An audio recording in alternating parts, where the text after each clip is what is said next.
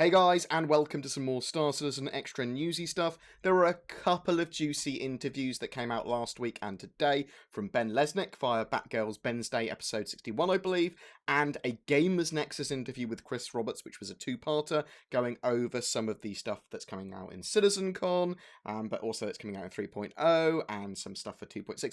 It was quite juicy news, so I wanted to go over it, at least some brief points, and some bits and pieces, a kind of summary of all of it. Let's start off with what Ben Lesnick said on Batgirls episode 61 Bensday. There's going to be one ship release at CitizenCon, and then a few others on sale as well. You'd have to wait until the November live stream for if you want a lot of the other ships to come on sale. That's when they normally do that, and that anniversary live stream is when they have loads and loads of ships. But CitizenCon, a few other ships, and one main concept sale, and that will probably be the Polaris in my opinion, but we'll have to wait and see. Salvage mechanics are not going to be in 2.6, though Dumpers Depot could come online. The Aquila will be the loaner ship for the Carrack, and vice versa, based on what ship comes out first. The Redeemer has not been forgotten, and the Vanguard Hoplite variant in 2.6 is not intended as a replacement. The Redeemer is going to be more focused and have a specialised role. It just needs a lot of work. There's going to be an Aurora rework, but it's not coming this year. I expect later. Turret improvements are being worked on, and they continue to get better each patch, so that's literally turret gunners. The correct term for using your quantum drive is quantum driving, rather than jumping or leaping, as you are travelling to your destination rather than punching through space or anything like that. You will be able to use custom nav coordinates to find your friends in the middle of space, custom locations, that sort of stuff. And the online store will be moving to in-game at some point soon, hopefully too. In the two-part Gamers Nexus with Chris Roberts interview, there was a lot of info, so I'm going to try and key point them as much as I can. The first part was very 2.6 and Procedural Planet version 2 heavy. In 2.6, Star Citizen will be getting Star Marine. This means more fluid FPS, vision stabilization, better weapon handling. Grenades have also been confirmed for 2.6. Dedicated game modes, that's Star Marine. There's matchmaking and a lobby system with Star Marine as well, so you can just jump in and play. Arena Commander is also getting some much needed love and attention with a changed flight model and handling, lots of balancing there as well. The idea is to have dogfighting more up close, like original Wing Commander fighting experiences were. At the moment, there's a lot of fly past and combat's happening at a lot further range than they'd like. The flight model and balance changes should get some attention with the Evocati test group soon. 2.6 is going to be big gameplay wise and will come out sometime after CitizenCon. It wasn't made clear whether that will go to First Wave or Evocati before CitizenCon though, so we'll have to wait and see. 3.0 will feel much more like a full game compared to what we already have in Star Citizen. You'll be able to do missions, earn money, buy stuff. You're going to have the first professions for 3.0. That's going to be cargo hauling and everything else that comes with it, which will be bounty hunting, piracy, escorts, and all those sort of things come along with cargo hauling when you're able to make money with cargo.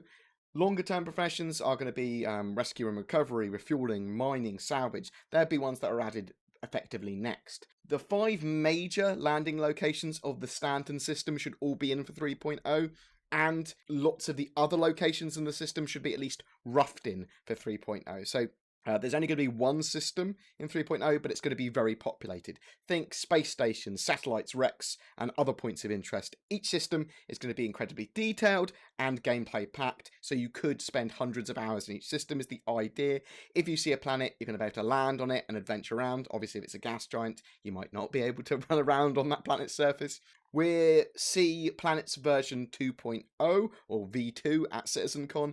It's a lot more artist-driven and sculpted from what we saw in 3.0's demo from Gamescom. Artists are going to determine where oceans, mountains, forests.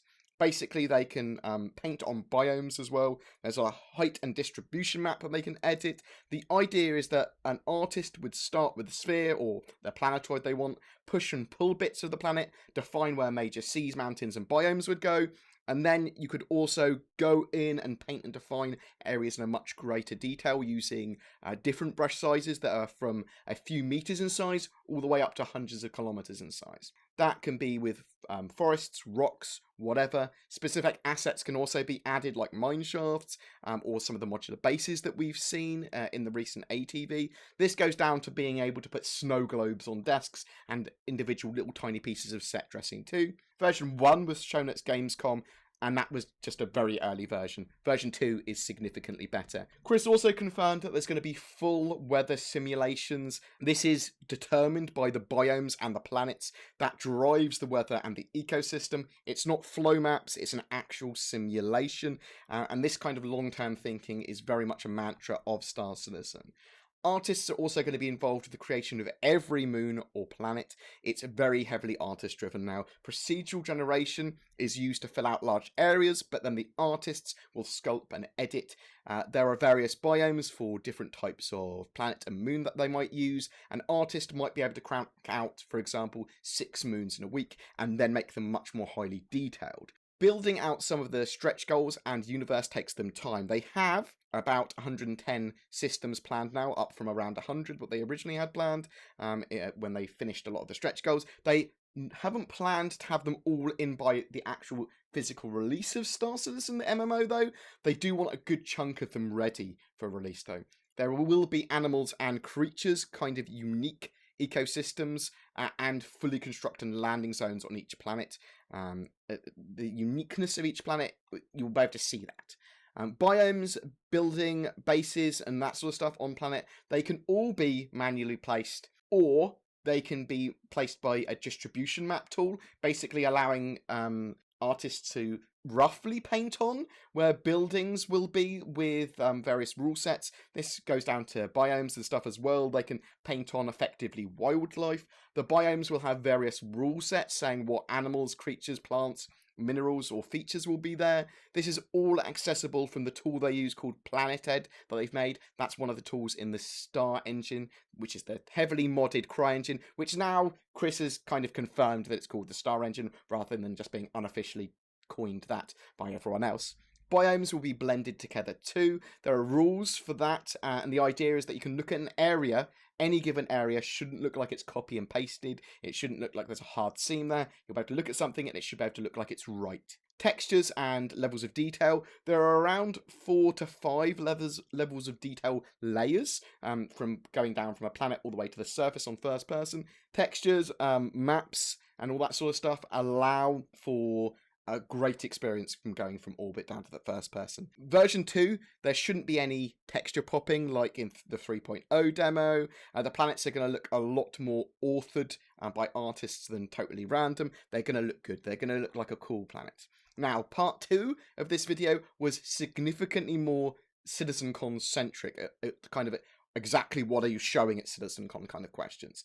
So the Homestead demo will be shown at CitizenCon. This is basically a showcase of version 2.0 or V2 of the procedural planet creation and artist-driven toolsets to show what they have to offer. That's what we're going to see at CitizenCon. We're also going to see a mission from Squadron 42, from briefing to ship to flying to location, the mission, and the combination of flying and FPS stuff. This is really showing the core of what Squadron 42 will be, which is effectively seamless, no loading screens, but also Star Citizen's immersion. This is all very immersive. No game's really done this way before. This is the first time we will see some complete gameplay, which hopefully CIG can be proud of. The character tech has come so far as well. It's best in class, in Chris's opinion. The issue with the Morrow Tour from CitizenCon 2015 is it was all super early. There was a lot of issues with shaders, lighting, wrong skins were used. It was basically, from what I can determine, rushed for the show, and there was zero polish there. What is going to be shown at CitizenCon 2016, though, will continue to be improved and iterated upon. A lot of polish, amongst other bits and pieces, are dialed in at the very end, just before the game will be released. In the Star engine, this is actually quite cool. The sun is a fixed in place entity, and you or the planet are the thing that's moving around it. So day and night cycles are due to the planet's rotating on its axis, and the planet will also orbit the sun. That's quite exciting because it's not faked, it's not programmed into the planet, it's literally the planet will rotate and spin. That's cool. That's a proper simulation. And that's basically it. It's very much recommended by me that you check out those interviews from Gamers Nexus of Chris Roberts. I'd like to support Gamers Nexus as much as possible, though they don't need it because they're absolutely awesome and they seem to be doing pretty well by themselves. You can see Chris's passion coming through in these interviews as well, and lots of other bits and bobs are kind of fluffed and talked about there as well, so check that out. For me, the Star Engine has become a first-person universe. All of these long-term plans and preparation that CIG have done hopefully should pay off for Star Citizen and their Star Engine. Maybe other games in the future might consider using the engine now too as a simulation engine. Please remember, guys, to tune in for CitizenCon on the 9th of October at twitch.tv/Star Citizen.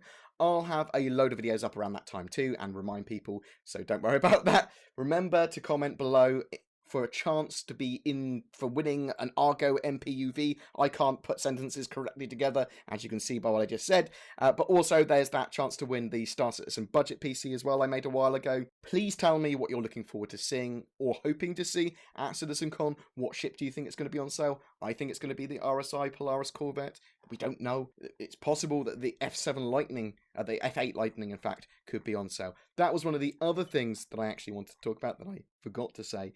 It was briefly mentioned in that Bensday with Batgirl that the F8 Lightning isn't going to have the same role as it was in Squadron 42, so they're going to think of ways of being able to introduce and show it to us. It's a possibility that it could go on sale, though I think that's very unlikely. But tell me what you think about that as well. We will take a closer look at the F8 Lightning at some point very soon, because I want to talk about that in more detail. I want to see what people think.